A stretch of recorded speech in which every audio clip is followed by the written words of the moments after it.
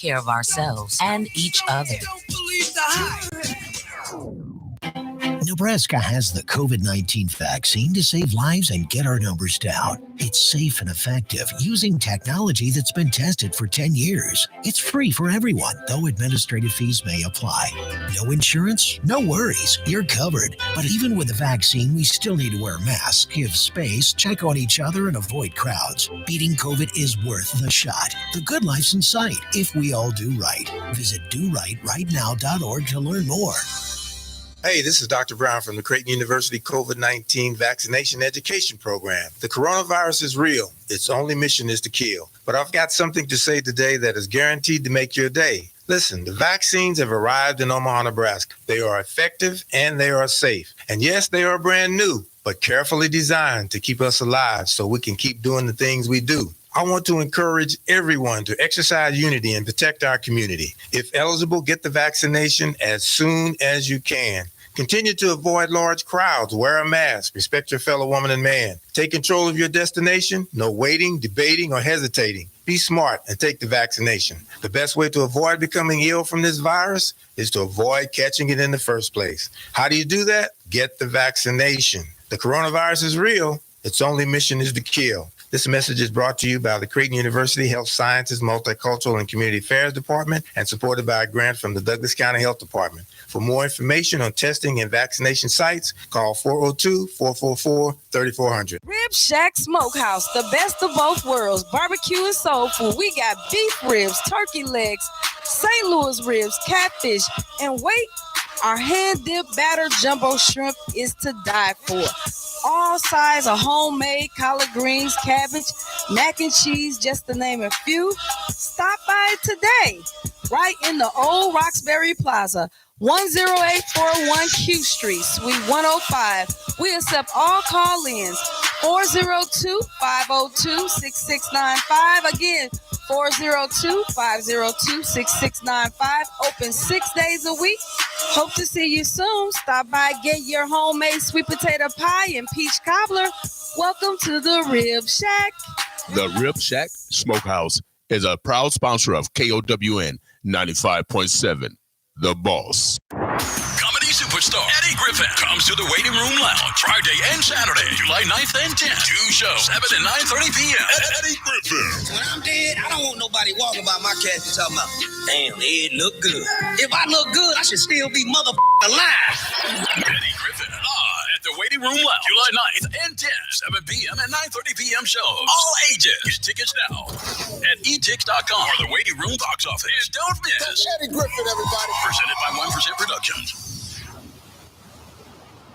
You're invited to join other senior citizens ages 50 plus in the community who would like to gather on Tuesdays and Thursdays for fun and opportunity to develop new friendships. Please join us for our new senior group open house at the Shinzel Community Center, 2220 North 20th Street, Omaha, Nebraska, Tuesday, July 6th at 9 a.m. till noon. There will be complimentary refreshments, music, and door prizes. Come with suggestions of what you'd like to see in a new program for seniors. Bingo, a walking club, contest, crafts. Bring ideas you may have for outings, guest speakers, or service projects. Let's dream together. A program of the Hope Center for Kids, the Shinzel Community Center, formerly the Hope State Facility, is led by Pastor Ed King. For more information, contact Senior Group Coordinator Bessie Howard at 402-612-0848. Taste of Africa, Saturday, July 10th, 12 p.m. to 6 p.m. at Elmwood Park, 808 South 60th Street, Omaha, Nebraska. There will be music, food and drinks, arts and craft vendors, artist performances. The family-friendly Taste of Africa will showcase the rich African heritage and culture in the beautiful city of Omaha. The fest will have authentic African and Afro-Caribbean cuisine, as well as drinks, music from around the motherland, and live dancing and drumming performances. Call 402-686-3559 for more information. All right. Omaha, the Burbs, the Bluffs. Welcome to the Boss Morning Show. It is July the 7th, 7:14 a.m. in the morning. It's raining this morning. Not kind of raining. It's raining, without a doubt. Make sure you guys drive safely out there. There is enough water out there. where it can cause a hazard of hydroplaning. So be careful out there as you travel. Without a doubt, it's going to be a beautiful day. Anytime you wake up, it's a beautiful day. Today is Winning Women Wednesday. That's what we call Wednesday, Winning Women Wednesday. We focus on, you acknowledging the women in your families, in your lives, from your daughter to your great. All right. We just want you to show a little positive love. Just let them know that you appreciate them, without a doubt. You know that domestic violence is the most unreported crime. It usually is perpetrated on women. And so we want to make sure. Good morning, Brother Harris. We want to make sure that we acknowledge the women in our lives. All right. My mom was very significant. My sister, my number one fan, my niece, she was a better speller than I was. We want you to acknowledge the women in your lives, without a doubt, baby. So again, today is the 7th of July. We got a guest coming in at 8:00. We got Deputy Sheriff Wayne Hudson coming in. We're going to talk about jobs, all year jobs. I'm a former probation officer, and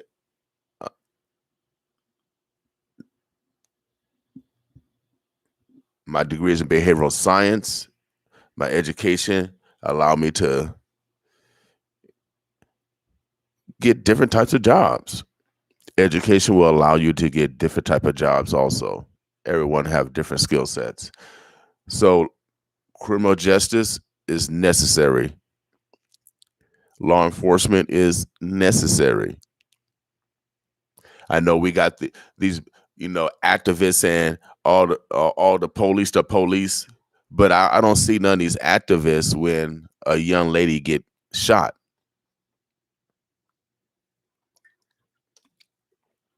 They come out and protest against the police, but I don't see them protesting against these blocks.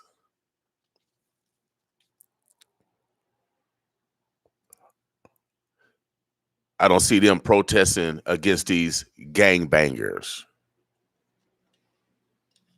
Or they'll come out for police.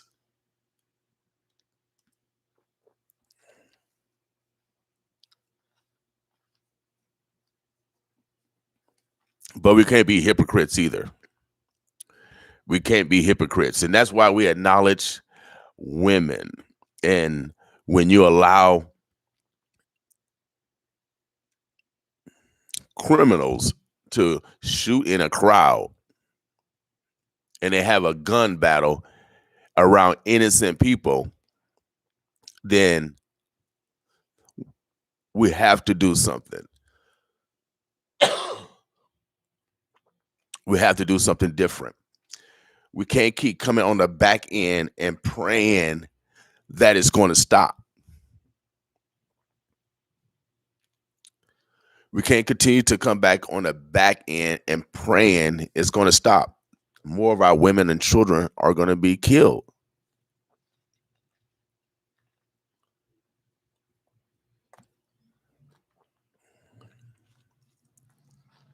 More of our women and children will be killed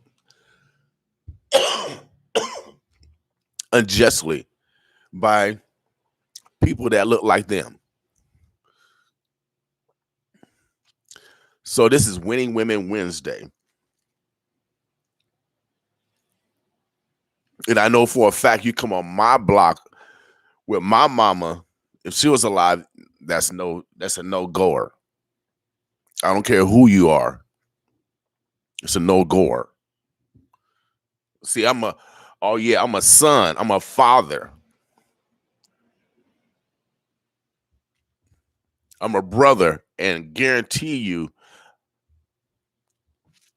I will protect the women in my home. I stopped a sucker duck from raping a black woman, a black man. See, I do this for real. Where other bugs drove by.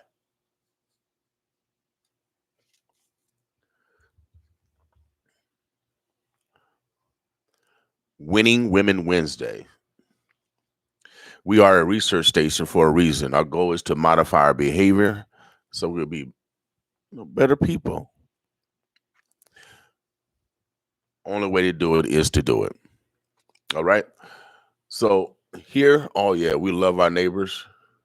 My music's still not cooperating. Let me see.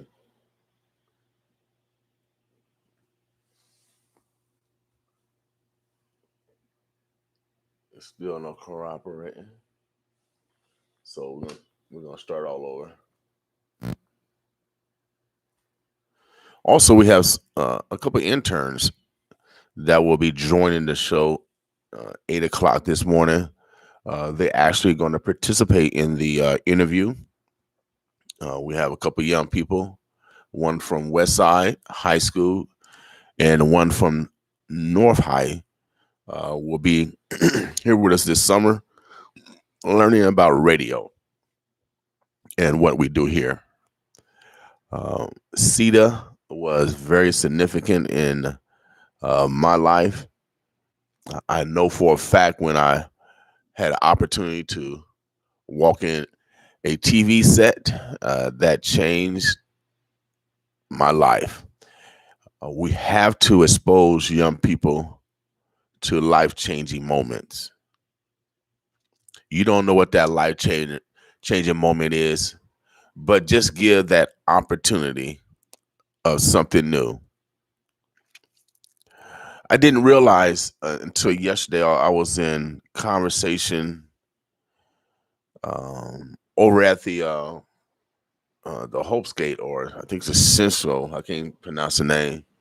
The Old Boys Club, and they started a senior center over at the Hope's Gate, the Old Boys Club, and it was talking about. Maybe it was talking about just God, and this generation really don't have no connection with God. A lot of them have been to church. Their parents haven't been to church. I never thought about it from that aspect because most of our generation had the foundation of church. We were, some of us were forced to go to church. I didn't want to go to church, when I made a decision after I got older. But church did, create a discipline in regards to learning about God and about self-discipline, controlling self-urges. So the church, God plays a significant role, without a doubt. This generation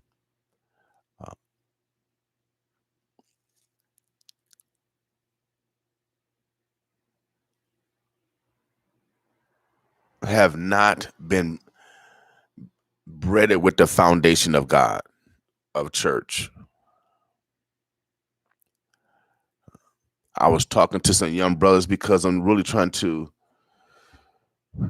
get down to the core. What's the problem? What's the core problem? Why do some people believe that there's no hope?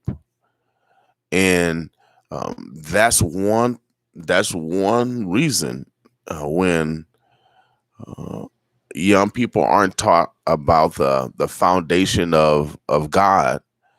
I'm not talking about religion, because religion separate people. Because if I say I was a Muslim, Christians will get mad.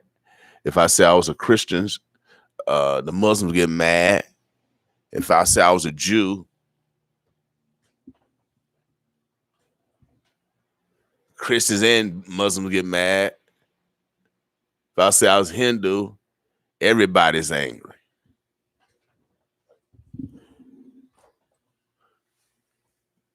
So we really got to get over the religion aspect. because religion divide us. Black people are everything.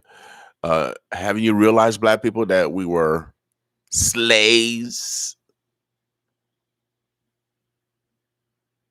And so whatever our slave master worshiped, that's what the slaves worshiped. So we have black Catholics, we have black Jews, we have black Muslims, we have black Christians, we got black Buddhists. We everything. We every religion.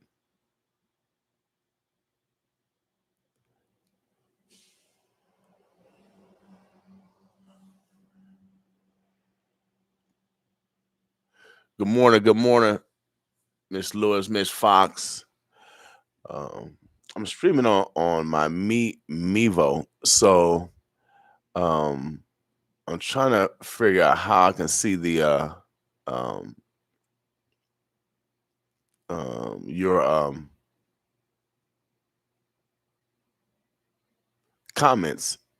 So if I don't acknowledge you on my profile page, I can't see you. If you write something, leave a comment, it's up there briefly, but it's gone. And so I got to work with that. So I appreciate you guys checking out the Support 95.7 The Boss. Again, today is Winning Women Wednesday.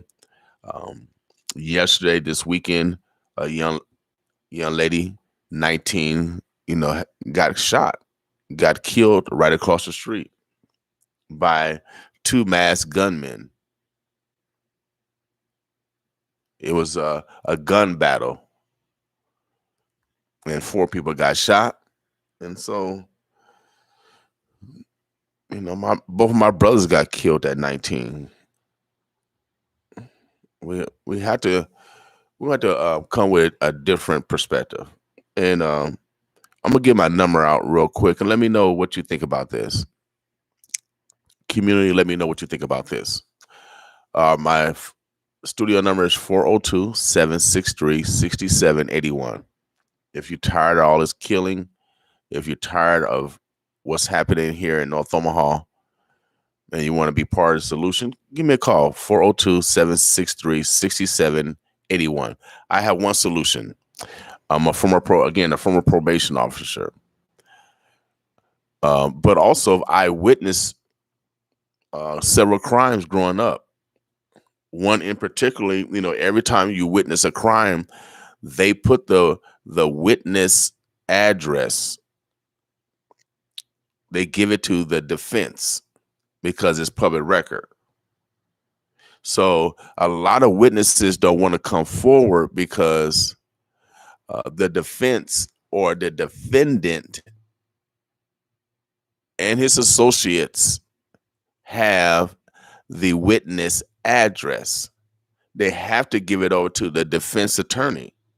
This is how the law is. So if in our community, a lot of people don't want to come forth because of retaliation.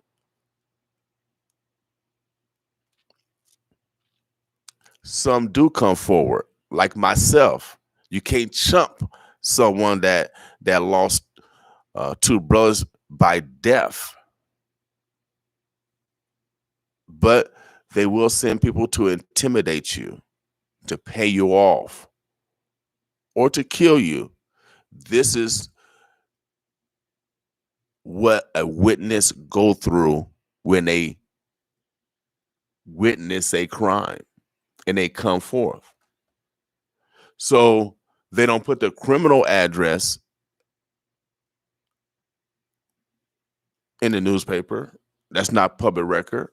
Why? So one suggestion, we got now being a former probation officer, they have a gang list. Most of these crimes are, especially gun randoms like this. These are gang stuff. Of course, we have domestic violence. We have some situations of domestic violence, but we're talking about intentional targeting, robbing, killing of people. We have to stop this bull crap. So one suggestion, as a former probation officer, I used to get the gang list. So I know who the gang members are. So why isn't that public record? Why isn't a gang list public record? Why don't we know where these gang members live at? Should you think, give me a suggestion. Let me know, should the gang list be released to the public as public record? They released the sexual predator list. We know where all of the sexual predators live. They're all over this community, but we know where they are. They have a website where the sexual predators are in our community. We know their address. They have to register as on a sex registry. Now, I ain't saying the criminal system is perfect. And of course, all those that's on the gang list aren't full-fledged members of the gang. They might be just homies and associate.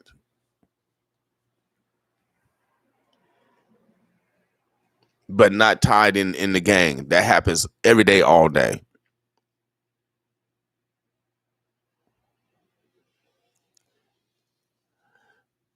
But what is your suggestion? I think we need to be proactive. We need to know where, like sexual predators, where we know where they are so we can make sure our children are safe. But we need to know where these gangbangers live at also so our children can be safe. Let me know what you think. 402-763-6781. Let me know what you think. Should they release the gang? Should they release the gang list? Because they do it to witnesses. When a witness release a crime, or it's a witness a crime, they released a witness address, but they protect the criminal. We cannot continue to protect the criminal and let the innocent be slaughtered in our streets.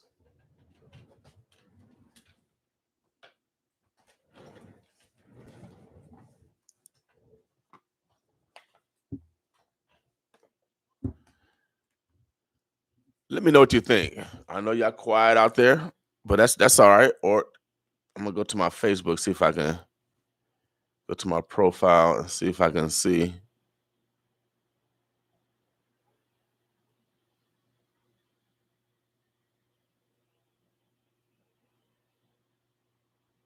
Let me know what you think, though. Because right now, I feel we need to be proactive versus reactive. Right now, we're reactive. We reactive.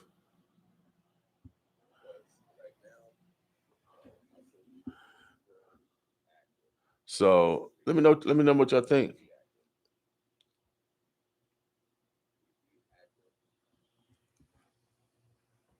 To the situation. But let me, in the meanwhile, I'm gonna put some music on, man. This morning, I'm doing some cleaning. Like I said, we got some guests coming in at 8:00 this morning. Deputy Sheriff Wayne Hudson will be in at 8:00. So we're gonna talk jobs with the sheriff office. Without a doubt, we're gonna talk jobs with the sheriff office with Deputy Sheriff Wayne Hudson. That's at 8:00. We should have our interns in also to participate in that interview, y'all. Today is Winning Women Wednesday. We acknowledge the women in our lives. So be purposeful today. Let them know that you appreciate them, that you love them. Take them out to dinner or just give them a call and say, "Oh, I appreciate you." In the meantime, oh yeah, boss with me, y'all.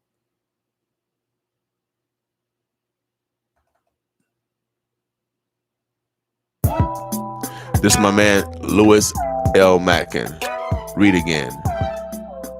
Boss with me. This is to the ladies, y'all. Today is Winning Women Wednesday. I wrote you a note about it, exhausted my pen. There's a misunderstanding, just read it again. Read it again, yeah. Read it again. There's a misunderstanding, just read it again. I wrote you a note about it, exhausted my pen. There's a misunderstanding, just read it again. Read it again, yeah. Read it again.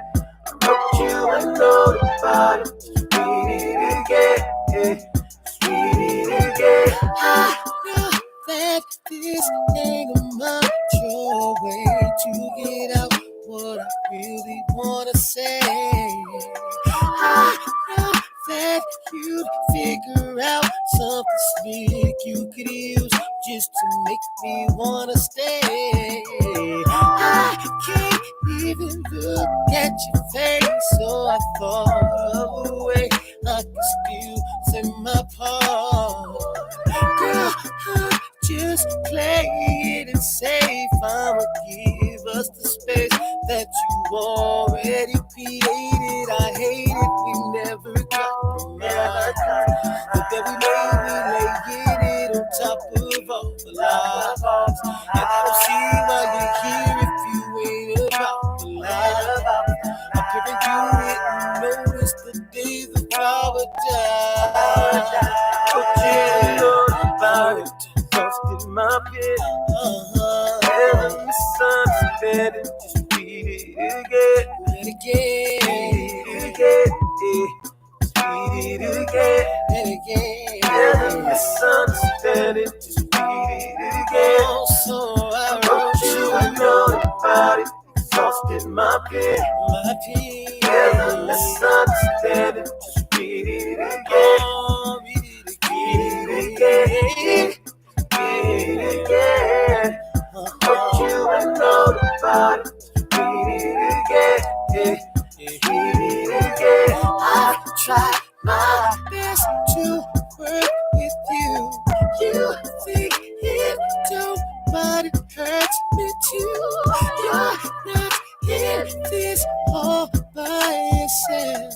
In no time, you're with somebody else. Act like you care. Don't act like I wasn't there. None of my feelings were spared. Trouble is all in the air. All in the air. I really wasn't prepared. You gave me all of the reason for taking it there. Don't you know about it? Exhausted my pen. My pen. There's a misunderstanding. Just read it again. Read it again. Read it again. Read it again. There's a misunderstanding. Just read it again. Oh, I wrote you a note about it. Exhausted my pen. There's a misunderstanding. Just read it again. Read it again. Read it again. Wrote you a note about it. Read it again. Read it again.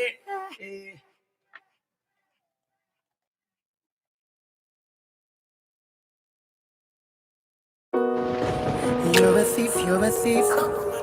Came here without a key. Don't know what you took from me, but I'm sure that you stole my heart. You're a thief, you're a thief. Came here without a key. Don't know what you took from me, but I'm sure that you stole my heart.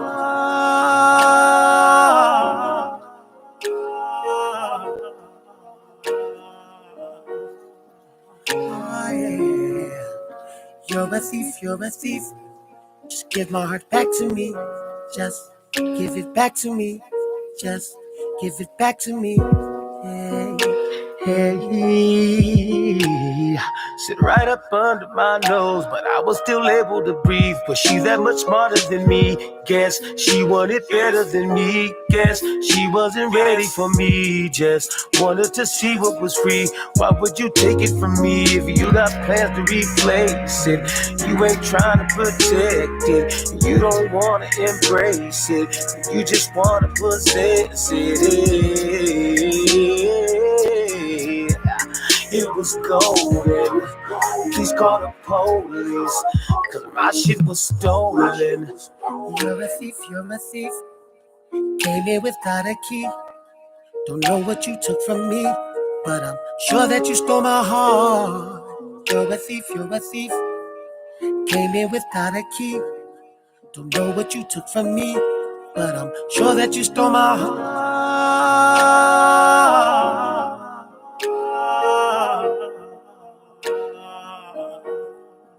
Oh, yeah. You're a thief, you're a thief. Just give my heart back to me. Just give it back to me. Just give it back to me. Hey, hey. I should've knew right then. My heart was skipping the beat. It was up under my feet. Guess all in the moment of heat. Guess you were the one that I needed. But as far as I could see, it was so sacred to me. But you ain't holding no secrets. You just wanna expose it. Damn, I really look stupid. Social media knows it. This house wasn't open. You just broken, and my shit was stolen. You're a thief, you're a thief. Came in without a key. Don't know what you took from me, but I'm sure that you stole my heart. You're a thief, you're a thief. Came in without a key. Don't know what you took from me, but I'm sure that you stole my heart.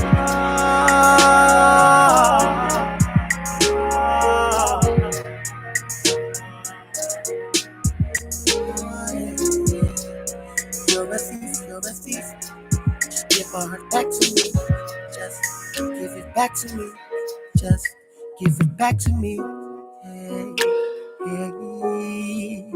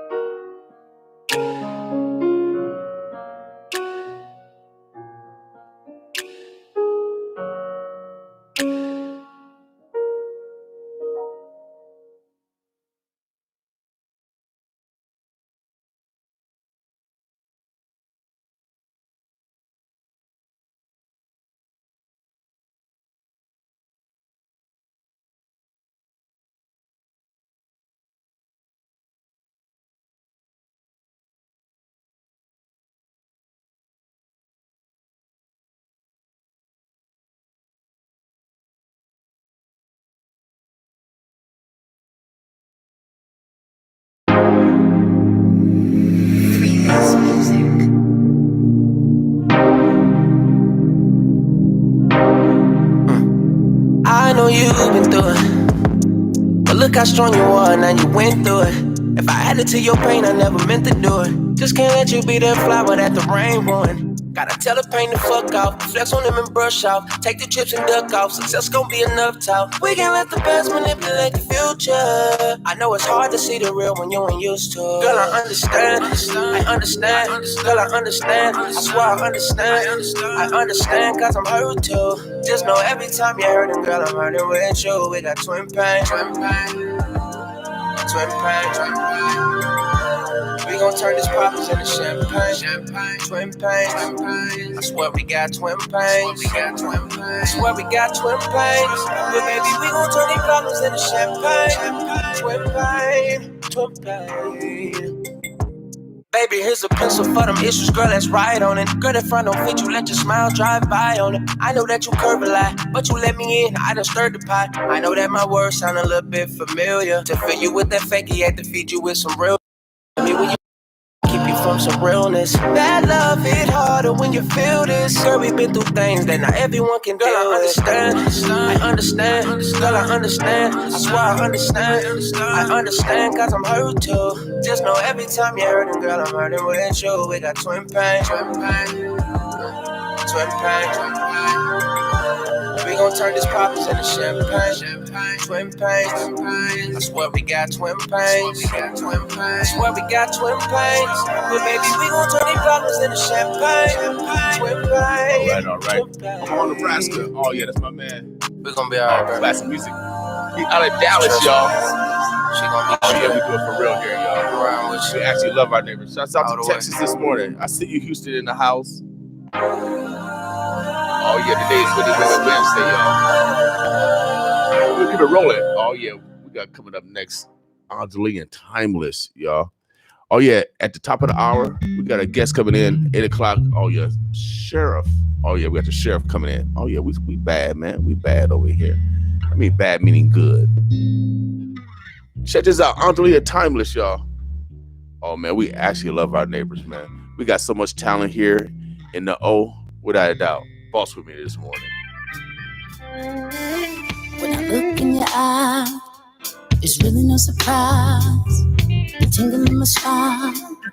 You give me butterflies. You take me to cloud nine. I'm on a super high. I like the way you hold it down. From the way you walk to the way you talk. Sweet like a kiss on the collarbone. It turns me on. At times I can't take it. I can't even fake it. It's true. You give me chills. You give me chills. The way I feel this can't be. My time is for you. You give me butterflies inside. Ooh, it's such a wonderful sensation. It's what I feel with you. You give me butterflies inside. It's your smile, it's your style, it's your face, it's the way that you do what you do. Makes me want you. You give me butterflies inside my heart is racing from anticipation, patiently waiting for you give me butterflies inside. Ooh, you give me chills. Way I feel this can't be real. My time is for you. You give me butterflies inside.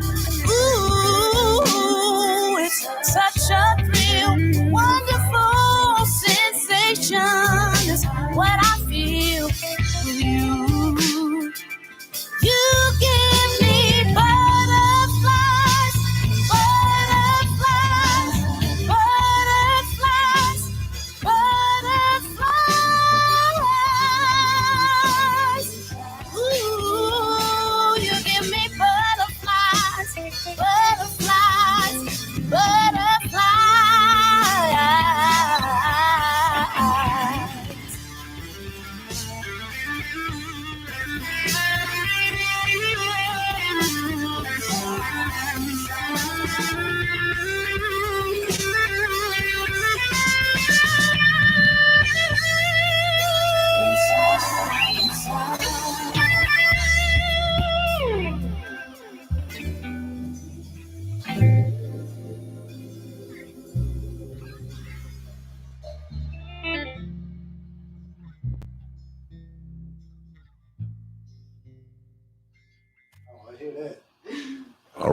All right.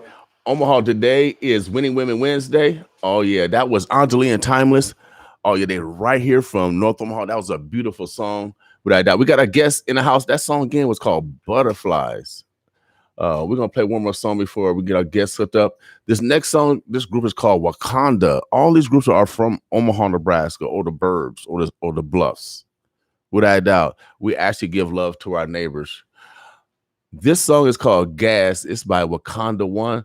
My man Shamari Huggins, he works over at NOAA, North Omaha Area Health. They get young people in health professions. Yes, that's what they do. If you want to be a doctor, you go talk to, I call him the prophet.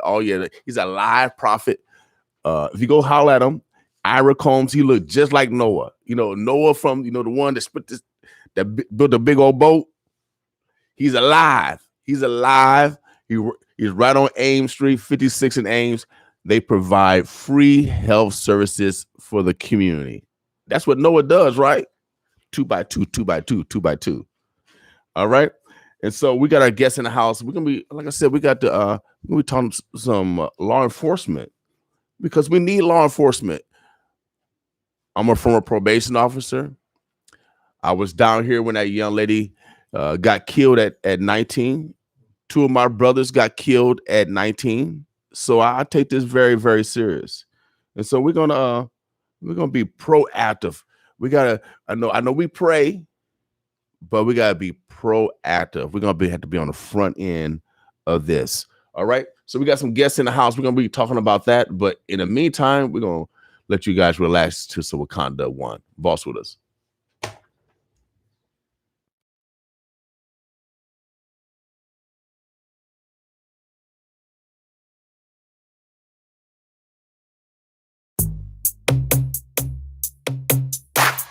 Fuel to your fire. The fuel to ya, the fuel to ya. What's the fuel to your fire? Gasoline, gasoline, poured up on scene. Gasoline, gasoline, poured up on scene. Pour it up, poured up on scene. Big time. Gasoline, gasoline, know what I mean. What's the fuel to your fire? Fire, what's your fuel? Gasoline, kerosene, hate, love, or breaking rules. What's your motivation? Where's your filling station? All I'm finna do is paint a little illustration. Find a source that make you move. Rev your engine up. Maybe not if you enjoy living life on stuck trust. I've been there before, on E talking about I know my tank, but still ended up stranded. Had to dig deep and find the fuel for my life. Something to start me up every time and make me wanna grind. Mine ain't the same as yours ain't the same as mine. I'm challenging you to find the trigger in your mind. Start your engine up, put you in drive. Foot on the gas, you don't need no rearview mirror.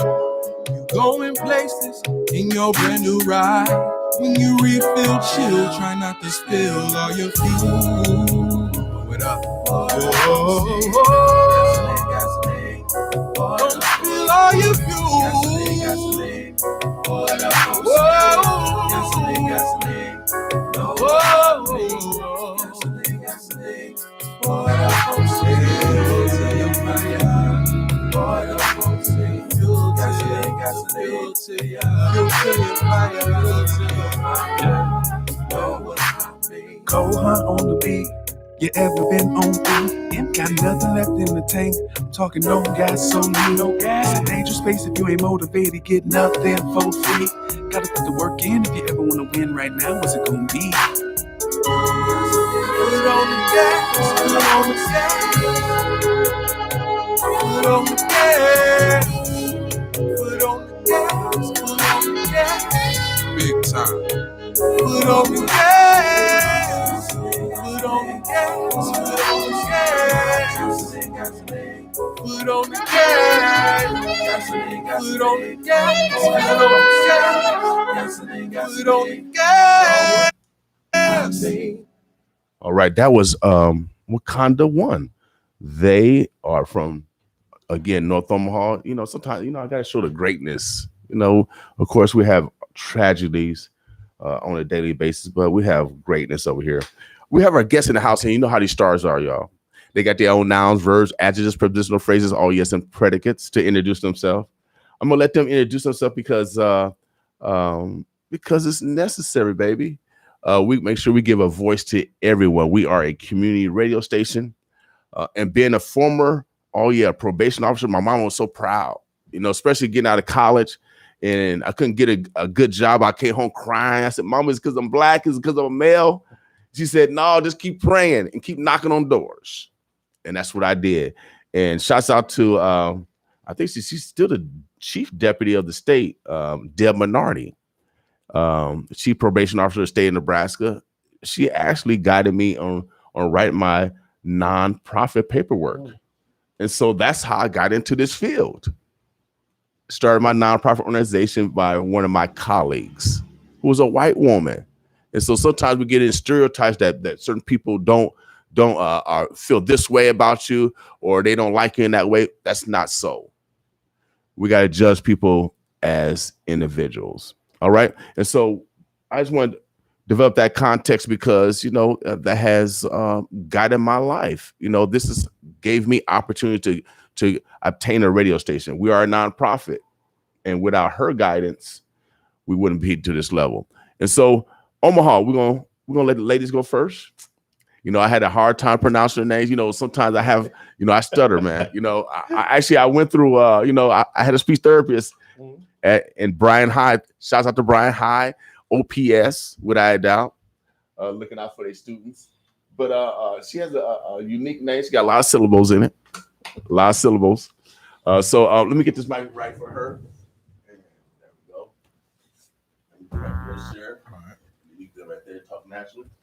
Why don't you go ahead and introduce yourself, young lady, and then you can introduce the sheriff. We're gonna let you lead because it's Winning Women Wednesday today. I don't know if you knew that. So we acknowledge the women in our lives, from our daughters to our great grandmother or great aunt, or it makes no difference. So why don't you introduce yourself and let us know a little bit about yourself? I'm Lieutenant Jennifer Burkhofer with the Douglas County Sheriff's Office. I've been with the Sheriff's Office for just over 15 years. And I am at the Sheriff's Office because of Chief Deputy Hudson. Okay. So you've been there 15 years? Yes. And you're a lieutenant? Yes. So that means you're up there. You're up there. Somewhere in the middle. All right. So 15 years. I mean, what even got you, a young lady, what got you into law enforcement? Because, to females, that's most people perceive it as intimidating, that you can't keep a law. And so, I mean, what would you say to that? And again, how did you even get involved in law enforcement? Well, I got involved because my uncle was a school resource officer for many years with Council Bluffs PD. Mm-hmm. And then I went to college to be a teacher because that's, a classic, right? Be a teacher. And then I met Chief Deputy Hudson, who was one of my instructors in college. Okay. So that kind of landed me with the Sheriff's Office. Okay. So I didn't know Chief talked to. He did a lot of stuff. Dang, okay. So you ran to the chief where? Teaching where? At Buena Vista University. Okay. They have a satellite campus in Council Bluffs, and he was teaching there. Okay, cool. All right. Shouts out to Buena Vista. All right. Well, cool. Now, and so he recruited you out of the class? He did. I mean, were you on time or did you direct people? I mean, what did he see in you? I can't answer that. So I'm gonna have to ask. I'm gonna have to ask him then. Yeah. Okay. Why don't you go ahead and introduce yourself, sir?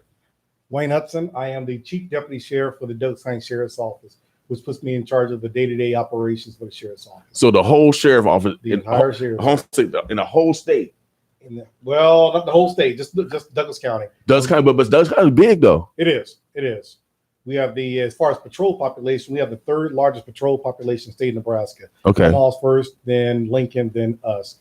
But as far as population-wise, Sheriff's Office, we are the largest Sheriff's Office in the state of Nebraska. Okay. Now, your jurisdiction, how many people do you are in charge of? We have 138 sworn and just about 80-something civilians. So we're about 220 personnel. What we don't have, people think we still have the jail. We don't have the jail. The jail is a separate entity. So it's just a sheriff's office standalone. Okay, so you don't house individuals. No. The most we'll keep someone is maybe 4 hours at our court jail, just for them to go to court. Okay. Unless they're on trial, then we have them for the entire day. But yeah, we don't house anyone. Okay. Now, being a former probation officer, I work closely with the sheriffs and law enforcement at the courthouse. You're responsible for the courthouse. Is that correct? Correct. And police is secondary. Is that correct? Correct. Well, our primary duty at the courthouse is to protect the courthouse. So we bring all the inmates over in the morning time, bring them back in the afternoon, and bring them back in the evening time. We are legally responsible for all inmates that come over to the courthouse. Now, I've done that for, I think, a total of 14 years. And that's one duty and responsibility I took real serious. We all know about Will Brown. Okay. Right. One thing that I did was I kept a picture, an article of Will Brown in my office. And one thing I told myself was never on my watch will something like that happen unless I go down trying. Right. Because again, we are legally responsible. And plus, everyone has a right to have their day in court. Right. Well, sheriff officers have been burnt across the land. This past season, police officers have been burnt up. So during police riots. So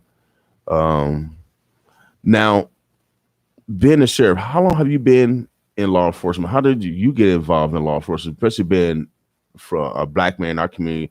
We get the stereotypes that we shouldn't be police officers and all this stuff. Kind of an interesting story. I graduated high school and I really didn't know what I wanted to do with my life. What high school? Northwest High School. Okay. Go Huskies. So I didn't know what to do with my life. So 2 weeks out of high school, a week out of high school, I'm trying to find a job and I couldn't find one. My story is similar to yours. I had a neighbor, a white male, who's in the Air Force.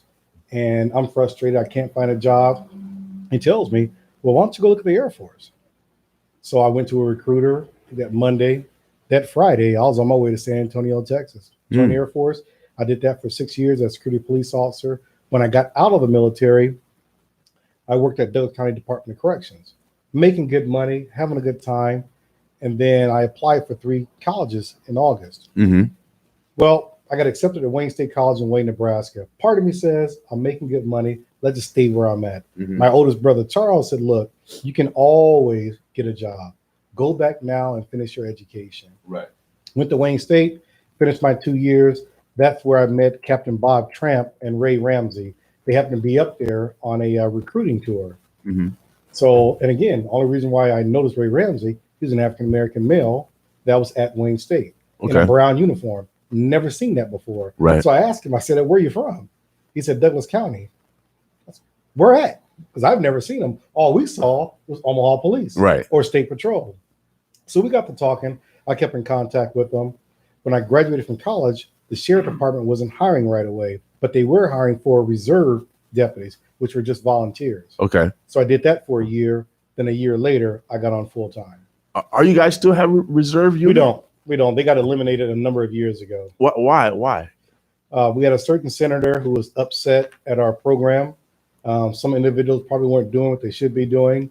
So he basically passed a law that eliminated all reserves for sheriff departments my size. Interesting. Do we know that senator? Of course we do. Okay. All right. Okay. We'll leave that senator alone right now.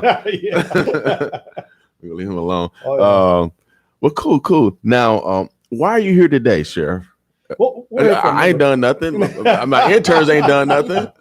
Well, one thing, you have a large voice here in the community. So we want to be able to come here from time to time and talk about different things that goes on in the sheriff's office. I tell people all the time, for the longest time, the sheriff department will always be seen as that department that deals with West Omaha. Well, we recruit and we look for applicants throughout Douglas County. So therefore, we should be visible. We should be present in all communities in North Omaha, South Omaha, and West Omaha. So we're here today to once again tell North Omaha community and all your listeners that we are hiring. The Sheriff Department is hiring. We're looking for good qualified candidates. Now, for years past, we've tried to do different things. This year, we're really putting some effort into recruiting. Okay. You'll see our slogans on the buses driving through the city. We hired a minority consulting firm to come in and do test prep and interview prep for us. Okay. So we're doing a number of things to try to get more minorities on. What we're looking for is to bring individuals on in our unrepresented areas, right, or underrepresented areas, I should say, which is minorities and females. Okay. So I know we have new immigrants from Africa. Mm-hmm. We got new immigrants from East Asia, of course, from South America and the Mexico region, and of course African Americans that are Black Americans that are here. So right now, what's the makeup? And what's your goal? I'll let Lieutenant Burke offer, because she likes when I throw these questions at her when she's not ready for them. But right. I know she knows she's my numbers. I know them, but I'm gonna see if she can know the numbers there. There's about 15 females on the department. Okay. And approximately 8 African American, both male and female. Okay. What's your goal? I don't know if we have a set goal. Okay, but we definitely need to increase the numbers. But I'm gonna go back to something you just said there about recent immigrants. Mm-hmm. There's an issue that I have right now, and that is, it is a law that says you have to be a U.S. citizen to be in law enforcement. Okay. Now, it's kind of interesting because you don't have to be a U.S. citizen to join the military. What? Correct. So Really? You can serve in the military, you can get out, and you cannot apply to be a law enforcement officer in my agency if you're not a U.S. citizen. You can be not a U.S. citizen and serve in the military. Man, that's wild. Okay. All right. Army, Air Force, Marine. Right. Man, that's man. Because some cities they don't allow undocumented people to even work. Right. The military that you can. Man. Okay. So right now you're doing outreach to our communities. Correct. How can those individuals prepare? What should they be doing now to prepare, to be law enforcement officers? Because sometimes in the minority communities you get messaging that we shouldn't be police, or you can have anti-police, messaging. How can we, as Maya Angelou would say, how can we bring that rainbow out of that cloud? I'm going to start off the answer, and I'm going to let Lieutenant Burkhofer jump in. But this is my thing, and I think I mentioned this before. I had talked to 2 groups of young kids. One group was 40 African Americans and about 43 Hispanic. And I asked them, who here wants to be in law enforcement? Only 5 people out of 83 raised their hand. So I told that group, if you guys don't go into law enforcement, if that is the mindset of this generation, who do you think is going to be policing your community? Who do you think is going to be out there in that cruiser riding around protecting your community? It won't be you guys. So we definitely changed that mindset, because we have to have guardians in our community taking care of the community. Mm-hmm. And it has to look like the community. It has to look like the community, so everyone will feel that they're contributing. Well, in 2020, when we had some of the riots and some of the protests, that was some of the calls, was the law enforcement agencies don't reflect the community. Now, it's not for lack of trying. I know my agency, I know the Omaha Police Department, I know they're trying as well, but there are certain, it's a nationwide problem. It isn't a local problem here. We're having problems just trying to get minorities, and trying to get minority females in is even tougher, especially if the economy is good. You see people kind of tend to turn away from law enforcement. When I first came on this job in 1995, there was over 600 people applying for 5 positions. Now we're lucky to get maybe 150. And this last time we had 10 positions open. Man. So there's opportunities. A lot of minorities have criminal infractions, and their perception is that since I have a criminal infraction, that I can't be a police officer. What would you say to that? So that is not necessarily barring anybody from law enforcement. Okay. There are some parameters that the state sets that we have to apply to the state to have somebody go to the academy. So they make that final decision, but there are mechanisms in place that, just depending on what that infraction is, that's something that can be overcome. Right. Most infractions are usually driving related. Right. Drivers just mentioned maybe pass DWI, but they cleaned up, went through counseling, and they clean, or maybe even a small marijuana possession. Would a marijuana possession prevent anyone from being in law enforcement? Yes, if it's within 2 years of applying. Okay. Excuse me, within 2 years of the academy starting. Okay. It's an automatic. Okay. So if they happen in 18 years and they applying at 25. Yep, they're fine. Okay. Yep. All right. So, and I tell people, let us worry about your past. Okay. Put in, if you really want to get into law enforcement, if you have any type of debt issues, take care of those before you apply.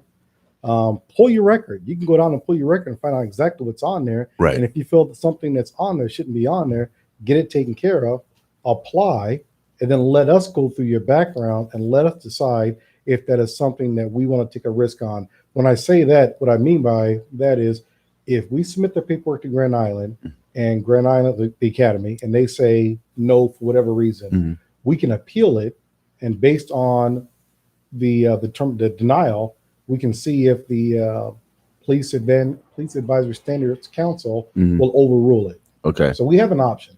Okay. So he has to flex because people are, no one's perfect. No. I mean, we're mortals.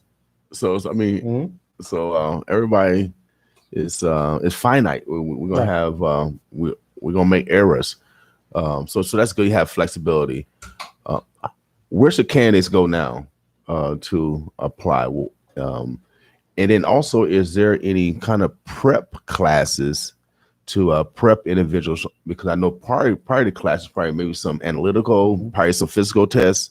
And so who they need to connect with in advance? Is it some associations, or do you have a conduit where a young man or young lady wants to be an apprentice per se, or an intern per se?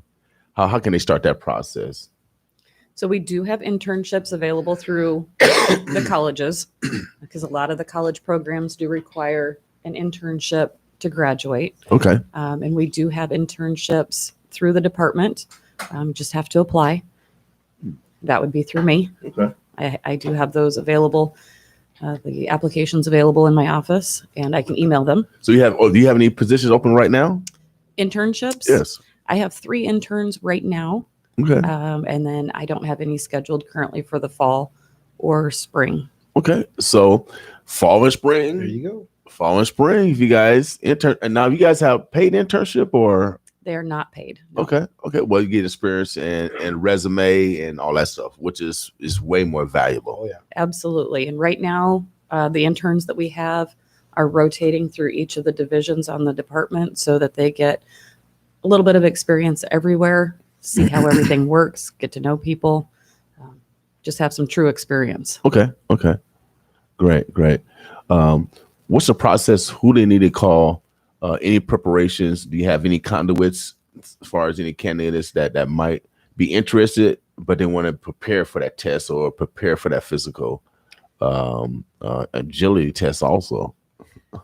So right now we don't have anything in place to prepare for the physical agility test, but we do have Chief Hudson had reached out and has a system set up with a company to be able to prepare test prep, interview prep for people who are interested. There aren't any sessions currently scheduled, but there were 2 last month in June, and then the possibility of another one coming up. Great. So you do have that mechanism. We do.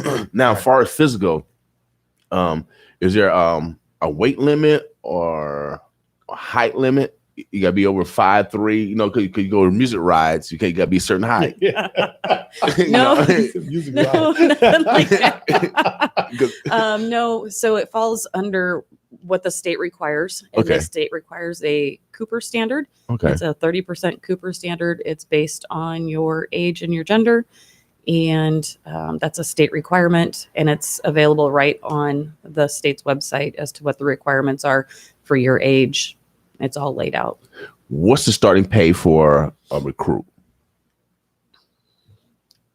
about 48,000. That sounds about right. About 48,000 a year. So that's good money for Very good money for especially from Omaha, Nebraska. Mm-hmm. And then I think a topped out deputy tops out about 78,000, and that's no overtime. That's just progressing through the different steps. Okay.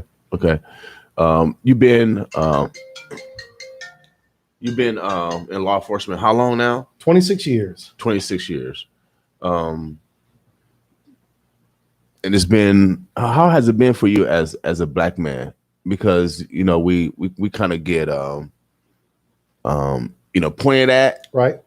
But also you get clapped too also. Right. So I mean, how have you taken that role? I can honestly tell you that I've probably had more claps than points. Okay. Of course, I've been called Uncle Tom, sellout, by some, but others say, great job, especially our community, North Omaha community, where I grew up, and I, still live here, still got a family here.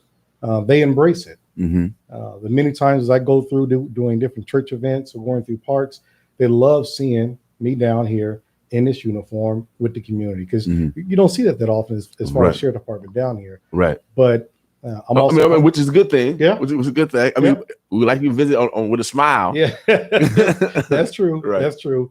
But I think as far as our community, our young kids need to see that. As you know, I'm part of the 100 Black Men, and their motto is what they'll see is what they'll be. Right. And I truly believe that. Again, one of the reasons why I look towards the sheriff department, because I saw Ray Ramsey, who's an African-American male in uniform at Wayne State College. So that attracted me to him and got me to talk to him. And about 27 years later, I sit before you now. Right. Well, I got a couple of interns in the house, and I'm gonna have whoever wants to roll up first. I know they probably got a question. They got a few of them. They're ready to go. Okay. So why don't you come on, roll on up. Why don't you introduce yourself? My name is and then let people know what high school you go to, and we'll get right to a dialogue. My name is Gabriel Michaels. I am a 16-year-old. I live right here in North Omaha. I go to West Side. Okay. And my question is, how do you think the youth sees you? Because in my opinion, the sheriff's office is different than the OPD. You know what I mean? And when I see the boys in blue, I think something completely different in my head than what I see people who wear the brown uniforms like you guys.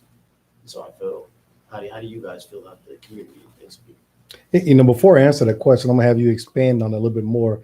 How do you see the boys in blue versus others?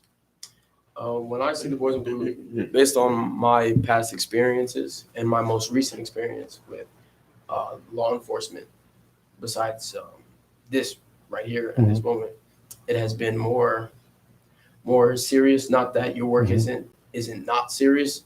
It's just been not sort of positive, I guess. I don't see police officers in the community doing things like fundraisers and raising money, helping churches, anything like that.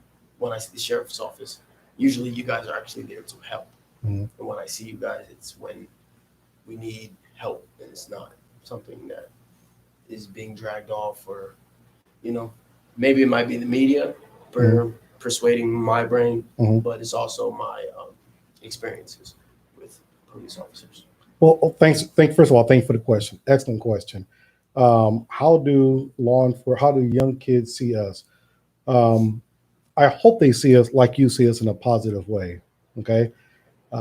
But I think what needs to happen between my agency and other agencies, Omaha Police included, we need to have more sessions where young kids like you and law enforcement are put in spaces for a positive reason, where you can sit down, talk to me, I can ask you questions, you can ask me questions, you can ask us, why do we do certain things? Why do we do these certain procedures? And we can humanize each other. It's hard to dislike someone when you're sitting across the table having a conversation. So I think these conversations like this, there needs to be more of that. But thank you for the question. You got a question, mademoiselle? Okay, all right. And if you got another question, you got another question, keep on asking, big brother. Yeah, I can think of some more. So how does it make you feel when you see different examples of police brutality across the country. How does that make you feel, and how does that make you feel? Extremely upset. Okay, extremely upset because I love this profession. I love what we do. I love being a guardian to our community. Okay, but like any other professional career field, we are going to have some individuals that probably shouldn't be here. For example, I'm not going to pick on teachers, but there's teachers out there who prey on children.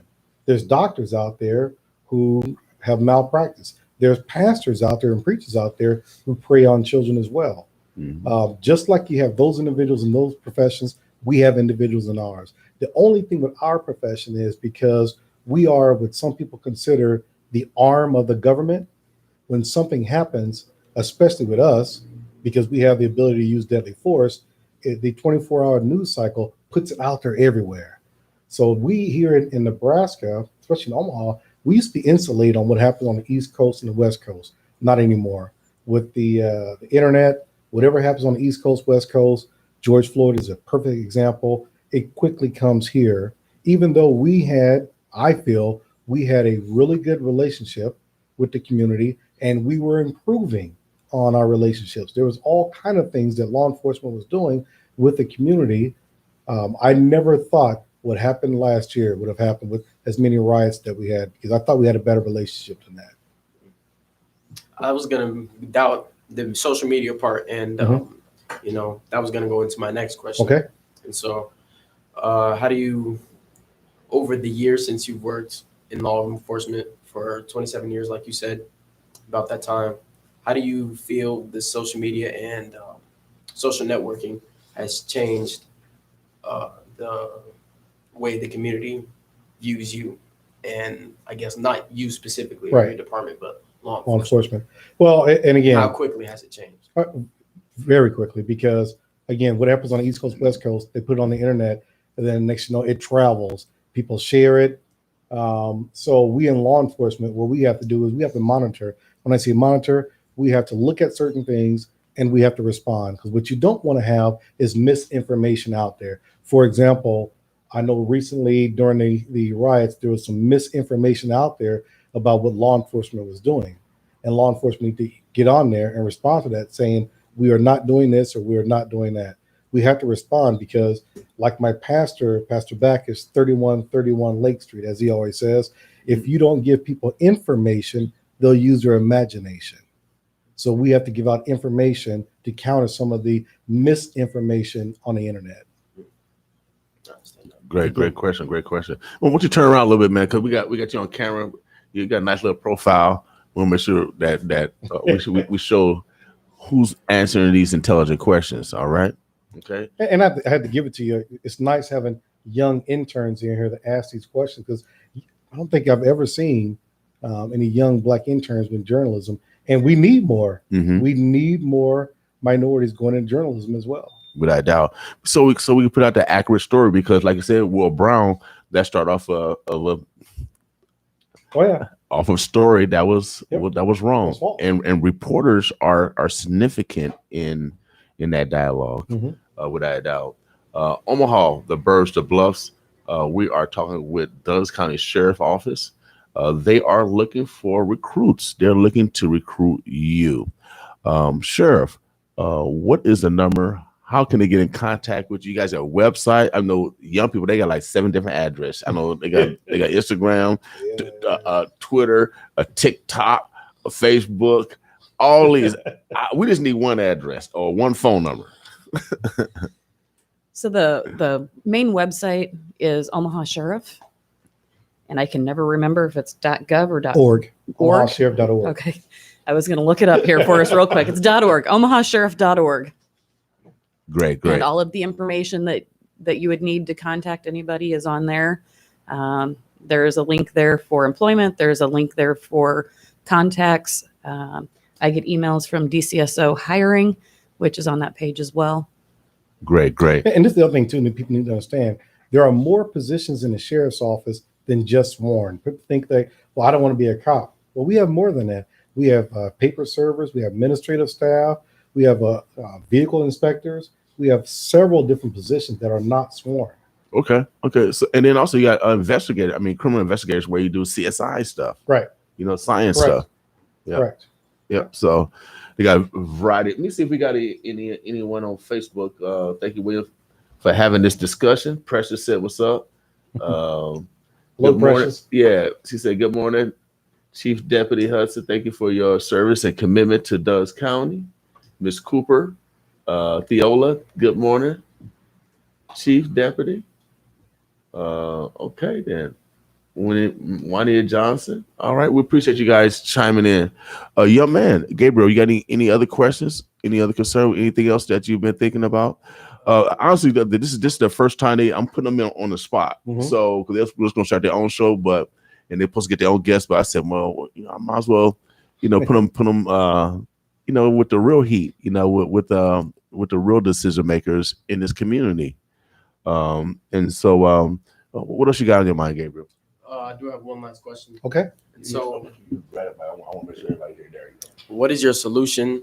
What do you think could be a solution to what is going on in the community right now as far as homicides and everything else in the community? That's a very good question. That's a probably a 2-3 hour long segment right there. But I will say that I honestly don't feel it is a law enforcement alone problem. Okay. We're talking about things that are going on now is something that has probably been brewing now for many years.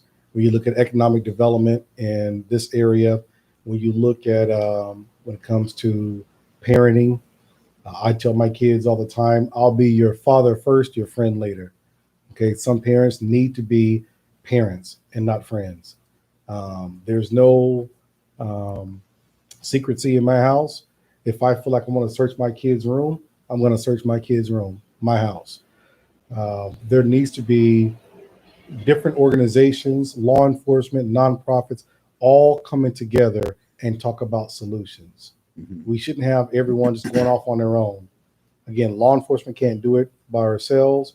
Probation can't do it. Nonprofit can't do it. We all got to come together. Schools, churches, all this, to sit down at the table and decide and talk about what can we all do to help this problem. Interesting. Have you guys been invited to the 360 meetings?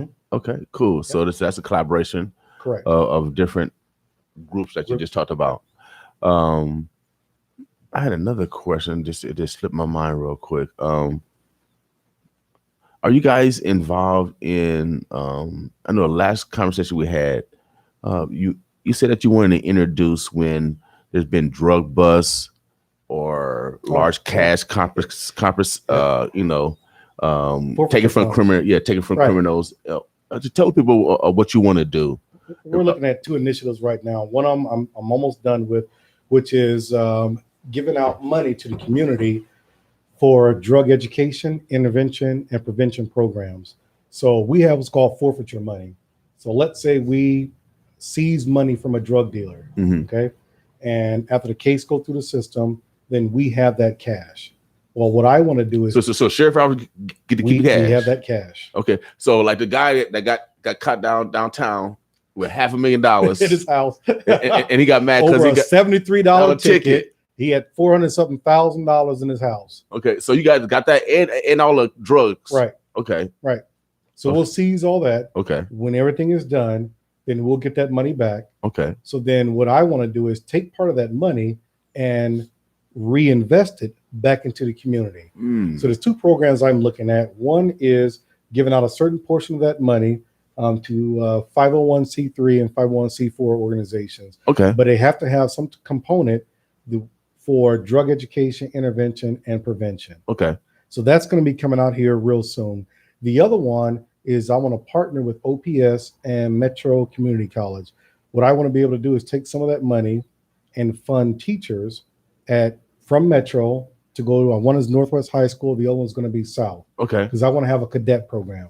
Oh, great, okay? great. So then what we would do is we would have juniors and seniors, because Northwest is a law enforcement academy for OPS. Okay. Okay. So I want to have contact with students there. And then, as you know, a lot of our kids can't afford to go to college. Right. But Metro can offer them probably 3 scholarships on behalf of the sheriff department. Okay. So then what they would do is they would graduate from high school, go to Metro, take criminal justice classes, but at the same time, work for my agency 1 day or 2 days a week. Okay. That will give them money from us. Okay. And then that will give them some work experience, but at the same time, their college is paid for. Right. So when they graduate from Metro, if they're close to 21, we can at least put them through the academy as long as they graduate when they're 21. Great. So that's what we call growing our own. Okay, heck yeah. That's another use we can use that forfeiture money for, because yes, we can use it for our training on my department, but I think what a great thing that would be to tell this drug dealer, we're going to take some of your money and we're going to reinvest in the community that you try to destroy with these drugs. Right now, I think that's a proactive approach to changing the mindset of the community also. Oh yeah. And actually it'll make your job a lot easier. And then by creating that cycle. So when you talk about that last time, that's a perfect cycle, a new cycle of outreach that can grow, that can snowball into to even something greater. Right. I'm gonna ask you this question, being a former probation officer, and we're seeing all this violence, and most of us please come second.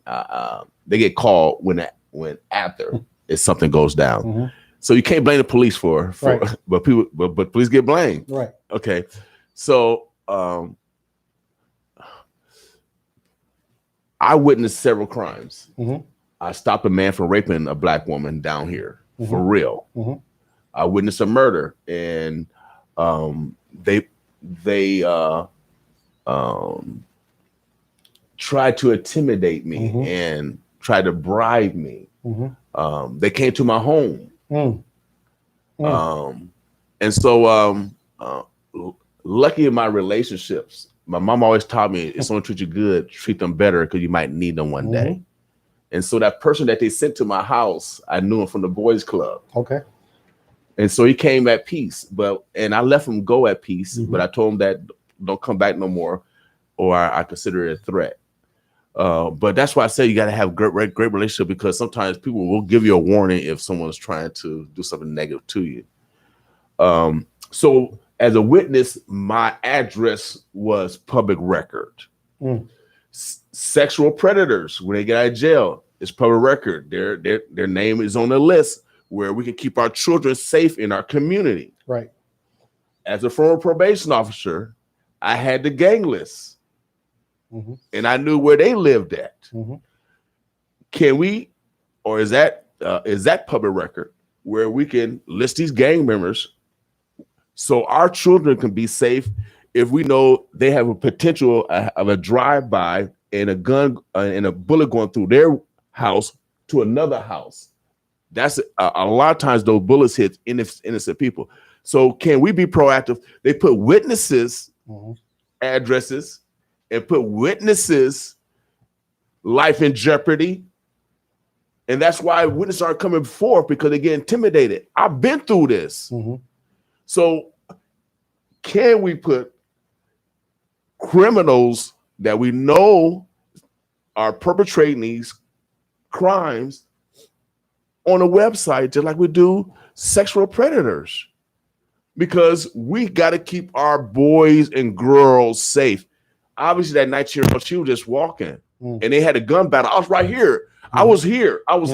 Man, I have been in my dad's in the military. I have not heard that many, gunshots. And I hit the floor. I'm crawling. I made it over here, and they'll shoot right here. Right.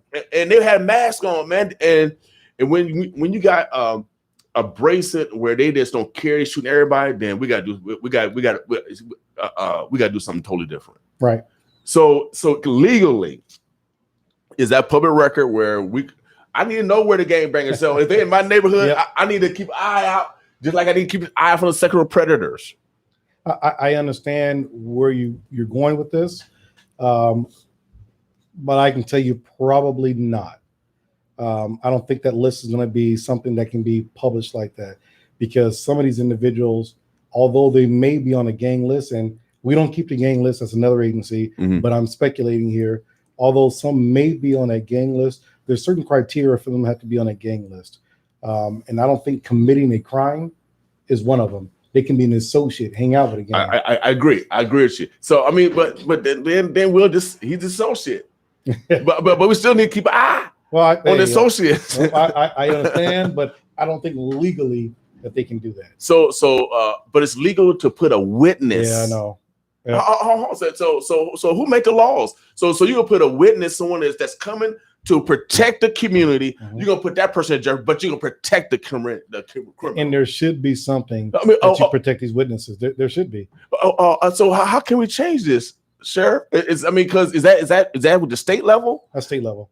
That's state level. That's Terrell McKinney, Justin Wayne. Okay, all right. Yeah. We got to go to the Senate. Oh yeah, we had to go to the Senate because I was one of those witnesses that they try to intimidate. And Vincent said I should have killed you. So I got two brothers that killed that 19. So I take this very seriously. So y'all protected. The criminals are protected, but the innocent aren't. And so Terrell McKinney. Precious, Democratic Party, Republican Party. We're gonna have the congressman in tomorrow, so you guys could interview Congressman Don Bacon. We're gonna ask him that. Oh, that's good. Oh yeah, he'll be in tomorrow morning. Okay. Oh yeah. Oh you guys ain't gonna be here, but stop in anyway. I might stop back for that one. So yeah, Congressman Bacon will be here because how can you not protect witnesses? Yeah, and you protect criminals. Right, that's like I don't get that. I don't get that. I really don't get that. And senators, we're gonna be asking that question. Governor, we're gonna be asking that question because witnesses should be intimidated and even some been killed for real. But y'all protect these gangbangers. We're gonna change that, y'all. We're gonna change that. Everybody should have their right today in court, okay? And shouldn't be intimidated about coming down to that courthouse and giving their testimony, giving their statement. No one should be intimidated from doing that. You know that's happening in the minority community. It's happening. That's why we got a low rate of solving these crimes. It's because of that mechanism. We subscribe to this no snitching. To me, when you have a violent crime like this young lady that was killed right outside here, that no snitching goes out the window right there. Period. Because that's the kind of stuff that we cannot have in this community. Can't have in any community. Without a doubt, man. I mean, you can't have nobody just randomly come out shooting. Not at all. Those individuals need to be taken off the street and given some serious time for their actions. Without a doubt. So Omaha, the Burbs, the Bluffs, we have had a candid conversation with our sheriff department here in Dulles County. Gabriel, do you got any other questions? Gabriel's again from Westside High School. No, I don't. Shout out to the Warriors. Yeah. Without a doubt. I'm gonna go back to something you said earlier in regards to certain situations. Sergeant Finch, Anton Finch, and I, we do a talk on what to do if you're stopped by law enforcement. And what we do sometimes is we cover different situations that happen across the United States. For example, the shooting in Colorado. Okay. And he is famous for saying when we do these briefings, what we want to do as a people, we want to skip to the end part of this situation. We don't want to talk about what led up to the situation. We want to talk about the law enforcement interaction. Well, law enforcement did this. Well, wait a minute. Let's wind that back for like in the one in Columbus, Ohio. This young lady, 15 years old, two grown women come to her house to attack her.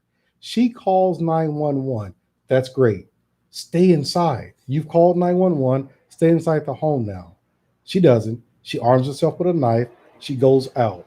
Another grown man is out there helping this lady fight, the young girl fight. Well, when law enforcement pulls up, what they see is a large fight. They don't know who called. Right. The comments I got is, I can't believe they shot this young girl 4 times. Why didn't they shoot the knife out of her hand? When they pull up, everything should stop. It didn't. What that law enforcement officer has to do, he has to preserve life. All he saw was this young lady swinging around and ready to stab this other girl. So he shot her. Okay, again, we want to skip to the officers, shot her, but we don't want to talk about what led up to it. Right. Without a doubt. You know, Well, I do have something to say about that. Okay. Don't you think that there would be a better way to handle that situation? Not in that situation. Not from what I've seen on that video, because it's such a split second situation. He pulls up, he sees that she just tried to stab the girl that's on the ground, and now she's literally swinging to stab the other girl. There is no other way that he can stop that situation from her being stabbed. Yeah, it's deadly force, especially when you see someone attacking someone. Right. They have to stop the attack. Right. Like I seen that guy raping that black woman. I had to stop the attack. Yeah. Period. Some people say, well, can he just, like I said, shoot the knife out of her hand? When we shoot, I'm a decent shooter. I'll shoot about 94% all the time. How about you? Right around there. Okay. So, and I'll ask Lieutenant Burkhoff for this. What happens under stress? Under stress, your vision narrows, your fine motor skills dissipate, and you're more likely to miss. So that's why we're trained to shoot the largest target, which is center mass. Right. So now for me trying to shoot an arm, that's like trying to shoot a broomstick flying through the air. Right. Can't do that. Right. Well, and plus, it's not the movies. No. It's not. No. We're not in the movie. It's real life. Exactly right. You know what I mean? That only happens in movies. Man, I will. You got any questions, mademoiselle? Have you thought of anything yet? Okay. Come on, Ron. Introduce yourself. Let them know what high school you go to. But grab a mic. I want to make sure that people can hear you. There we go. My name is Karis. I go to North, and I'm a junior this year. My question is, I guess, like, do all sheriffs and cops have like the body camera? I guess because like in situations, I know there's maybe some cops that might turn them off or keep them on, or they like 24/7 recording at all times, or just when they step out the vehicle. So we have been testing body cameras, but the sheriff's department does not 100% have body cameras across the department. Now, the Omaha Police, I know they are outfitting other people. Hopefully, by the end of this budget cycle, we would have selected a body cam vendor, and we'll be implementing body cams. But as far as are they turned on all the time, they are not turned on all the time. There's certain trigger mechanism. A law enforcement officer can hit a button and turn it on. If they turn their lights on their car, they can turn on. They can have them set up where if I draw my gun or draw my taser, it'll automatically come on. And then one thing it will do, it can be set to go back 30 seconds. So 30 seconds before I pulled my gun, that would have been recorded to see exactly why I pulled my gun. Interesting. Okay. All right. And they're very beneficial. They are. Okay. All right. I mean, it also protects the officer also exactly. when they have to use deadly force. Right. So it gives them justification. So I think the body cam is necessary. And I tell my guys when we're testing them, don't ever be afraid of having a body cam on. And also don't be afraid if someone from the public wants to videotape you on their phone. That's fine. Let them do it. So long as, and I told the public too, if you want to videotape a law enforcement officer, that's fine. If you're in a public space, do it from a safe distance. If you're in a car, if you want to put the phone up on your dash and record, that's fine. Just if it's at night, don't have the light on. Okay, so it won't blind. We won't blind the officer. Okay. But if you want to put your phone on, that's fine. Okay. All right. Now, I saw Officer Bell at the College World Series. Right. You're on Officer Bell. Officer Bell works for Nebraska State Patrol. State Patrol. Now, you guys go out and do talks in regards to traffic stop. Before you guys get out here, what are some examples of how someone should behave during a traffic stop? The quick down and dirty is when you're first pulled over. First of all, before you can get in your car, walk around your vehicle, make sure all the lights and everything work. Make sure you have everything that's working. Get in your vehicle. If you're pulled over, and I'll say this here because we had a situation in Virginia, if it's a dark road and someone is behind you with lights on and you're not sure, okay, you can drive to the closest lit spot, like a gas station. But what you want to do is get on your phone, call 911, tell them who you are, tell them where you are at. Okay. They can call that car behind you and say they know you're going to stop them. They want to go to the next gas station. Okay. That's what the guy in Virginia didn't do. Okay. He just kept driving. So the law enforcement officer thought he was trying to elude him, and the driver thought it was just a regular traffic stop, and it wasn't. Miscommunication. He should have called 911. Okay. When you're pulled over, if it's at night, if you have tinted windows on your vehicle, roll all the windows down, turn the light on in the car, and put your hands on the steering wheel at 10 and 2. Okay. Do not move until the law enforcement officer get up there. When they get to the car, they're going to ask you, they'll tell you who they are. They're going to ask you for typically 3 things: license, registration, and proof of insurance. Okay. That's why I brought to you today a Right. license and registration holder. Right. Okay. Typically, people take their registration, put in their glove box. So the officer, you'll tell the officer, it's in my glove box. Then ask them, may I reach for it now? Don't go reaching for anything until they say, yes, go ahead and reach for it. Okay. Then reach for it. But what you want is something like I just gave you there. Take your registration, take your insurance, put it in that. And that's old school. That's what our parents used to have. Sitting on the visor. Put it around your visor. That way you don't have to reach for nothing. You can reach right up, grab the information, and hand it to the officer. Yeah. And I'll tell people all the time, do not fight your ticket on the street. Right. I've been on this job for 26 years. I have never seen a law enforcement officer get into an argument with someone on the street over a ticket and they say, you know what, you're right, I'm going to go ahead and tear up this ticket. No, you have a court date on that ticket. If you feel the officer was wrong in that traffic stop, take it to court. If you feel that there was something policy-wise that was wrong, do a formal complaint. So it's best to just deal with it afterwards. Correct. It's best not to even don't try to fight the add more argument on the stress. street. Yeah. Okay. Your goal is to get done with the traffic stop and go home or go where you're going. And again, either fight your ticket in court and or do a formal complaint.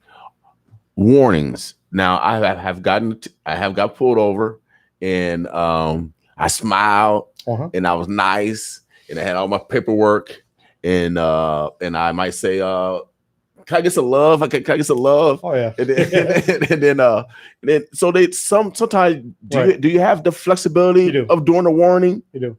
You have discretion. And I tell people all the time that sometimes the respect you give is the respect you get. Okay. Now, myself, Lieutenant Burkhofer, Sergeant Finch, and Trooper Bell, we do these talks in the community. And we got one coming up on July 17th at the Heart Ministry Center. Okay, right down the street. Right down the street. And in those talks, what we're learning is a lot of communities saying is it's all about respect. It's about how that officer approaches that car and the respect they give them. So that's something that we as law enforcement leaders, we're going to filter down to our people on the street is individuals on the street, they're upset because they feel like they're being disrespected. So take a few more seconds to, because people's nerves are still on edge right now. Right. Take a few seconds to talk to the individual, get them to have some kind of communication going on, and then retrieve the information. You have the discretion. If you feel that it warrants a ticket, write a ticket. Right. If you can write a warning, write a warning. So they had to flex. Now it's natural for an officer, especially when you don't know who's in the car, to be specific and be direct because you don't know who's in that car.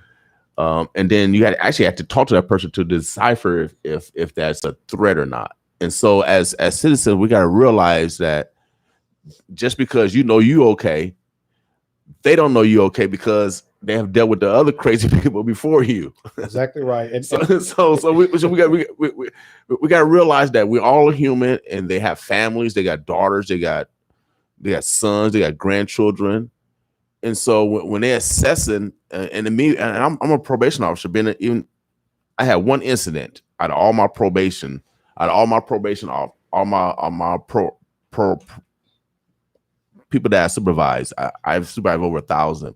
I had one instance. I'm gonna tell you this, and I'm gonna tell you how I handled it. The gentleman, I went to lunch. He was downtown. I was my lunch break, and I was coming back.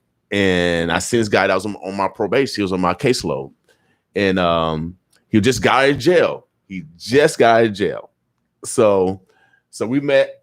And you know how I go through one door, he went through one door. I said, man, where you been?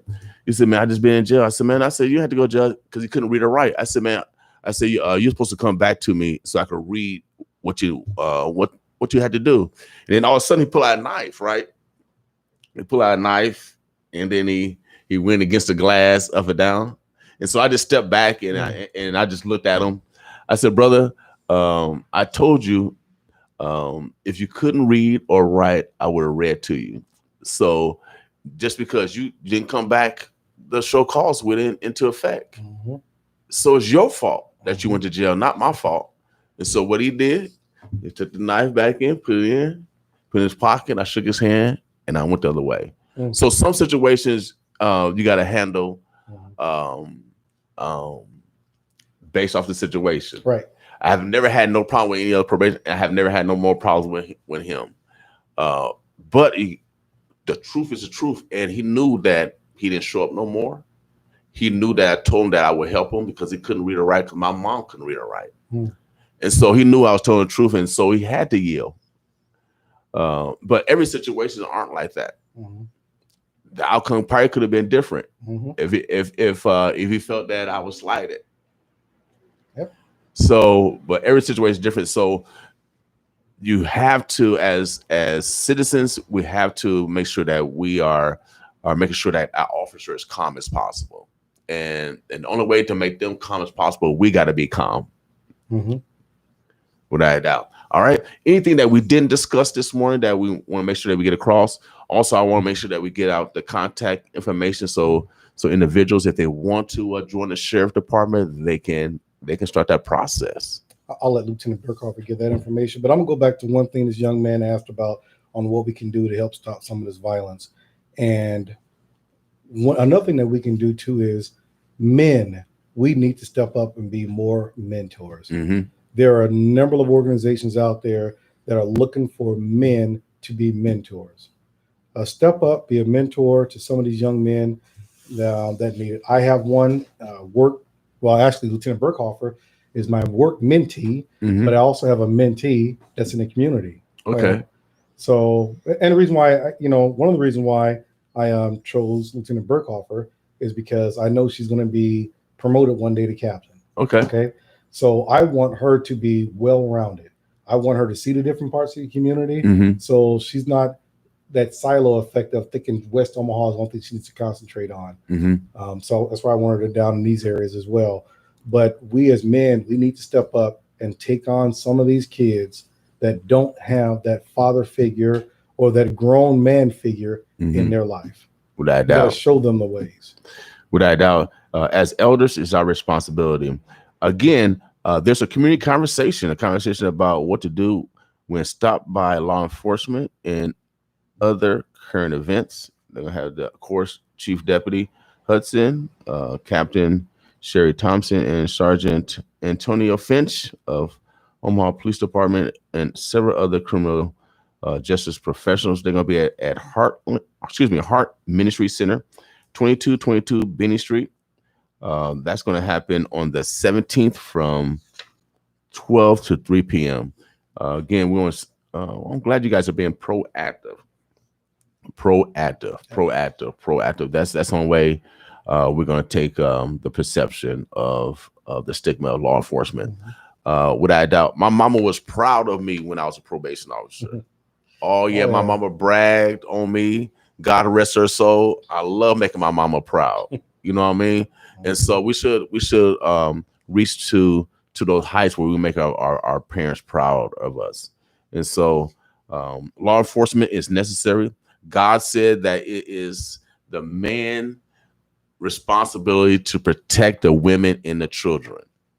I come from God. I'm just one of his messengers. So if God said, then we need to stop advocating in our families not to be police officers, firemen, and et cetera, those that protect us. All right. We need more protection. And then also senators, precious, we need to protect witnesses and expose the criminals. You expose the sexual predators, expose the gangbangers that's also leaving strange fruit all across our streets. All right. Again, shouts out to Billie Holiday. Oh yeah, I watched that movie, and If you guys don't know that song, the greatest song in the first century, Strange Fruit. And now our gangbangers, our neighbors are leaving strange fruit all across the streets. I'm not going to release the pressure on you guys. Today is Winning Women Wednesday. We had a 19-year-old young lady got shot just walking, just trying to get something to eat. And so we as men, as the sheriff has said, have to step up. Over here, we bout it for real. And so we're going to be doing something this weekend. We haven't decided a location. We're going to go out to the community and we're going to just do some music, cook some food. We're going to knock on some doors and let people know that we love you. We're going to have resources out there. So if you're looking for a job or if you need some type of referral in regards to mental health, chemical dependency, we're going to make sure that we have that information out. Okay. So we're going to be doing something like that consistently. We're going to be proactive versus reactive. Okay. And then we'll pray before anything happens. So nothing will happen. All right. So if you guys want to be involved in that, we are looking for men to participate. Also women also, because we need grandmas and papas. I'm a papa now. You know what I mean? For real. I got a new name. I'm a papa. And so we need everyone to participate in bringing love to our community. I think that's the common denominator. We need to start letting people know that we actually care about each other. All right. Also, I know there's a suburban mothers, and I got to bring that couple back in. We're going to have a big barbecue, West Omaha and North Omaha. We're going to have and South Omaha, we're going to have a community barbecue where we can get together and fellowship and get to know each other. So we can break down some of these stereotypes, y'all. All right. So City of Omaha, we need about give me about $20,000 so we get Omaha steak. We can feed everybody. You know what I mean? Easy, man. That's easy money here in Omaha. Heck yeah, easy money. We feed everybody. Steak and wherever we want. Filet mignon, Omaha steak, y'all can chip in, baby, and feed the community. And then we have some fellowship, have the mini dishes. This weekend, it's going to be a step in that direction. They're having a Taste of Africa this weekend, Elmwood Park, right behind UNO. They're going to have all the new immigrants from all the different nations from Ghana, Togo, Cameroon, South Africa, Egypt, Ghana. They're going to be there with all their food this weekend. We one of the sponsors. And of course, we want to break down stereotypes and get to know each other. So if you guys want to come out, the whole community is welcome. The suburbs, the bluffs, everyone is welcome. Elmwood Park is this Saturday from 12 to 5 o'clock. Come out and enjoy the Taste of Africa, without a doubt. And if you're a Black American, oh yeah, bring no chilies over there now. No, bring no candy yams and all that stuff. But and we blend all that stuff in, man. I'm telling you, we're gonna eat this weekend. I'm telling you, come out this weekend. You get a chance to taste some Ethiopian food, all types of different foods from all different type of cultures. So let's break down stereotypes so we can spread a little bit more love in our communities. Anything else before we get out of here? I think Lieutenant Burkhoff is going to give the information about testing again. So we are opening for testing for recruitment and hiring. That begins July 12th, open July 12th through July 30th. Okay. And you can find that on our website. You said one spot, so omahasheriff.org on the employment tab, and that will take you anywhere that you need to go for any information that you need for hiring. But we're open July 12th through July 30th. Okay. Audience, y'all have any other questions before we get out of here? All right. We'll appreciate you. Shouts out to our interns participate in their first actual interview. They did, I think, did an excellent job. I agree. Asked some great questions. I think we need to have another dialogue where we have you from different high schools. That'd be nice. To ask questions, so we get a whole spectrum from a whole part of the communities, so we can get answers from the bottom up sometimes.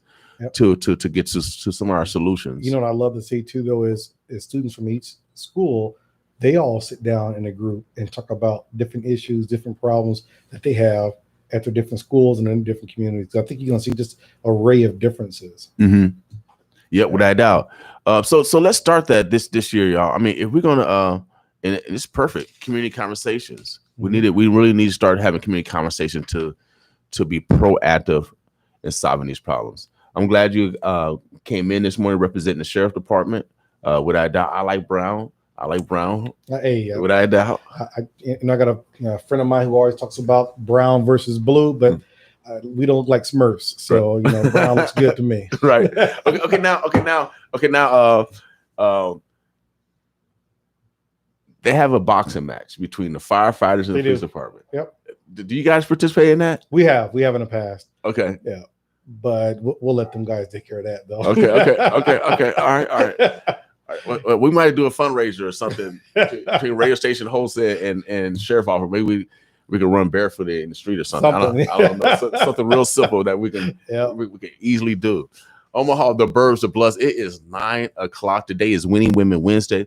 We want you to be on purpose on acknowledging the women in your lives, from your daughter to your great. You know that domestic violence is the most unreported crime. Domestic violence is the most unreported crime, and usually it's a crime against women and children. We just want to acknowledge the greatness of and the sacrifice that the women contribute to their families every day. And so be purposeful today. Because a lot of times women, they be married, have boyfriends, and they still get harassed by other men, and they don't tell their husband or boyfriends when they get home. So I just want to make sure that we acknowledge the women in my life. I miss my mama. The reason why I do this is because my mama, who couldn't read or write, but she made sure I had no excuse that I couldn't read or write. And so that's why we do the things we do here, is because I know what my mama went through, the sacrifice she went through to make sure that I had an education and make sure that I went the right direction. Mm-hmm. And so let's listen to our parents. Constructive criticism, like I say, is a sign of love. Yep. It's a criticism of love. And so, and being a former athlete, you got to make decisions, you got to make adjustments quickly. And we need to do that with life also. If someone tells you that you need to go right when you're going, you're going left, let's make those adjustments quickly. Yep. All right. Any parting words? Any shots out? Y'all got any shots out to anybody? You want to say hello, goodbye to anybody? All right. They kind of shy, their first time on camera and stuff. But again, I want to thank you guys for coming out. Oh, thank you. Appreciate it. And being proactive and recruiting and changing perspective. All right. Omaha, the Birds of Bloods. We are out of here. It is 9:02. Y'all listen to 95.7 The Boss. Man, I'm feeling good this morning. Let me, you know what?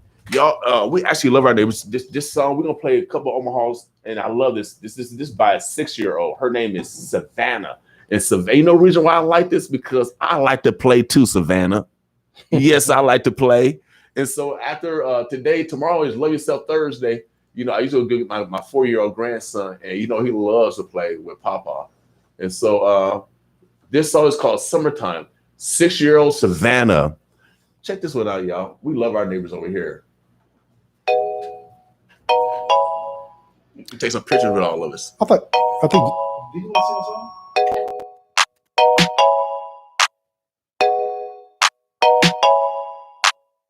Savannah, that's my name, Savannah. Savannah, that's my name, Savannah. That's my name, Savannah. That's my name, Savannah. I'm 6 years old, yes I am. I go to the park with my friends.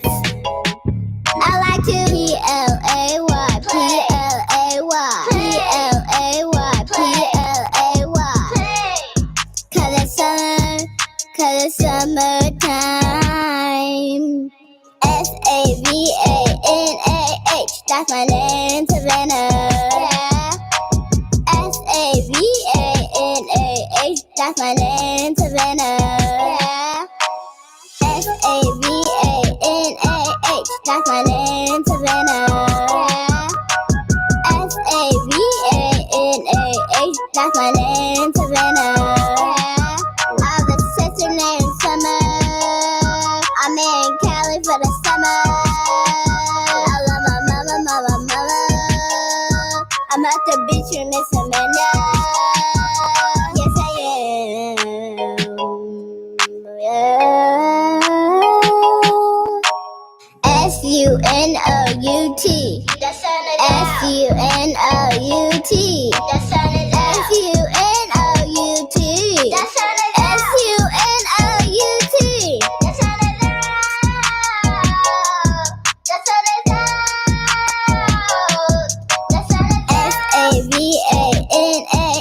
That's my name, Savannah.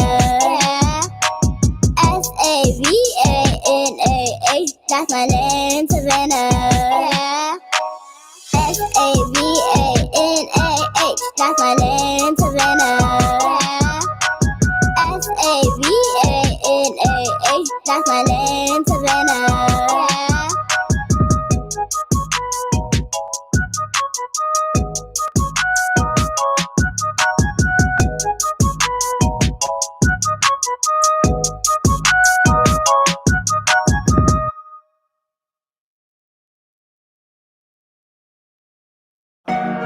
It's the world famous shit. And it's your number one DJ, Mr. Soul. Yeah, she done cooked up in here. And it goes like. Shout out to my DJ. Oh yeah, that's that girl Shiffy. She got the hottest track in Omaha right now. Shout out to my DJ. And we know just how to get it off. What? You gotta deal with playing, you know I get it all. Hit the block and make it summer song. If it ain't about money, then I won't get involved. Look, make a call, he get it all. Vacuum seal it, but we send it all. Yeah, I'm hot, no ethanol. Put a bag on his head, that's a problem solved. Ever get about a hater? No, not at all. Ever trust a trick? No, not at all. Hit a smooth lick when ain't got it all. Never ever been a worker, always been a boss. Me riding on my dolo, trying to find a way to get some more dough. Oh, I think I found my mojo, and I ain't going broke no more. True, got these little haters mad. Why? Cause I'm really right. Invest and make it double back twice. That's life. Shout out to my DJ. We about to run the streets like a relay. All about my cheese like I'm Green Bay. Packages coming in like it's eBay. Oh, and we know just how to get it all. You gotta deal with playing, you know I get it all. Hit the block and make it summer song. If it ain't about money, then I won't get involved. It's that AAA hitter. My rolling like a skate figure. Right now you looking like a steak dinner. Better leave before we take you off that plate hitter. Oh, and you don't wanna go there. Look around, ain't no goofies in here nowhere. Ooh, look, shout out to my DJ. Couple shows hit the road on the freeway. Ooh, they showing love like it's V-Day. You know I had to do this thing the G-way. This song on replay. Shout out to my DJ. We about to run the streets like a relay. All about my cheese like I'm Green Bay. Packages coming in like it's eBay. Oh, and we know just how to get it all. You gotta deal with playing, you know I get it all. Hit the block and make it summer song. If it ain't about money, then I won't get involved.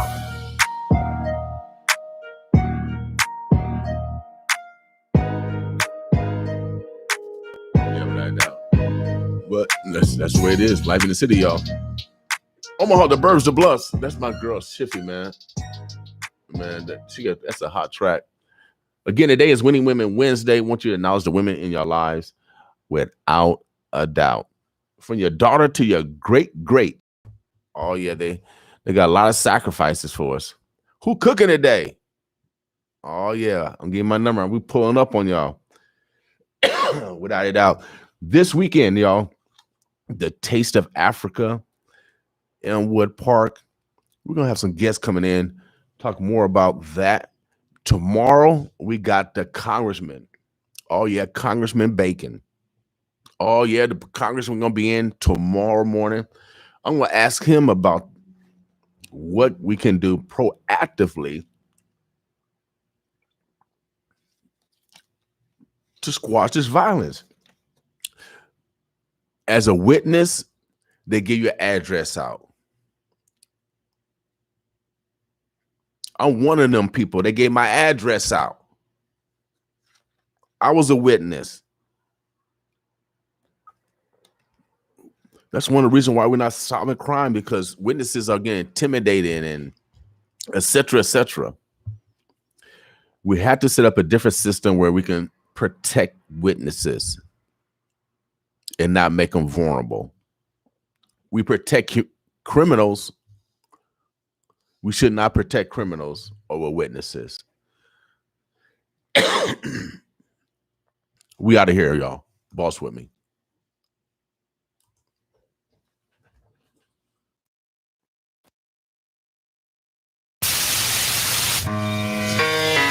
It's just a public service announcement. Are you virus? Well, it's real. I'm telling you, it's real. Here's what I want you all to do for me. Check this out, man. Don't panic. If you're sick, stay home. Stay at least 6 feet away from others. The most dangerous disease. Coronavirus. Wash your hands frequently and practice good hygiene. Show these people what time it is, boy. We can stop the spread of the virus. Coronavirus. Show me your mouth. Say it. So stay home, stop the spread, save lives. Most importantly, let's check on our elderly. Word up, you ain't going out like that. We're here to keep you informed. Coronavirus. Just get it real. Don't believe the hype. In the meantime, let's take care of ourselves and each other. Don't believe the hype.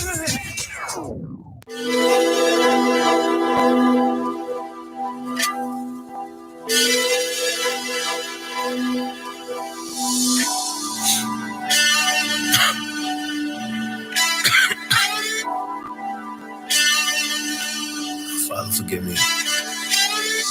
I'm staring at this Bible as I keep glancing. Dear Lord, I got questions and I need answers. I'm trying to understand your vision, all I see is damage. Just a bunch of dead bodies in the street camping. A bunch of lost souls on their feet standing. We supposed to be your children, I thought we family. You supposed to be my father, bro, I need answers. We don't need to die young, we just need chances. Tired of living on the edge, so we keep scrambling. Trying to talk to these strippers, but they keep dancing. We just want to be number one like Steve Francis. Bow our head saying praying out of seas planted. Everywhere I turn, I'm seeing MCs vanish. A lot of good going, I don't understand it. A lot of families lost and they seeds stranded. I ain't trying to disrespect you, I just need answers. I know you watching us from heaven thinking who to save.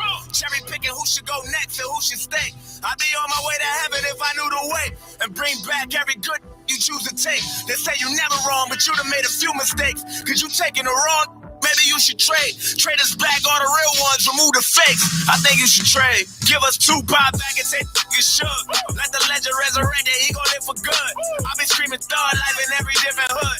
If only you can bring him back, Lord, I wish you would. Give us Biggie, give us Pun, give us Triple X.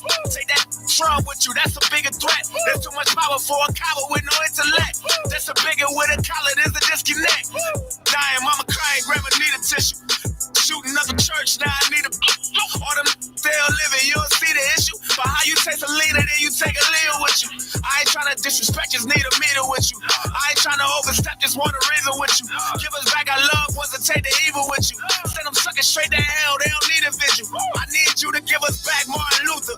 Take Martin Shkreli, give us back Malcolm. Take R. Kelly, R.I.P. Lil Snoop. Get that boy's life back. Take Eric Holder, give us Eric right back. I'm sending you this message, Lord, I hope you hit me right back. They say I'm on the wrong train, I know I'm on the right track. Cause Trayvon Gordon only did was try to fight back. Zimmerman walk around free, we don't like that. Why you taking this from us?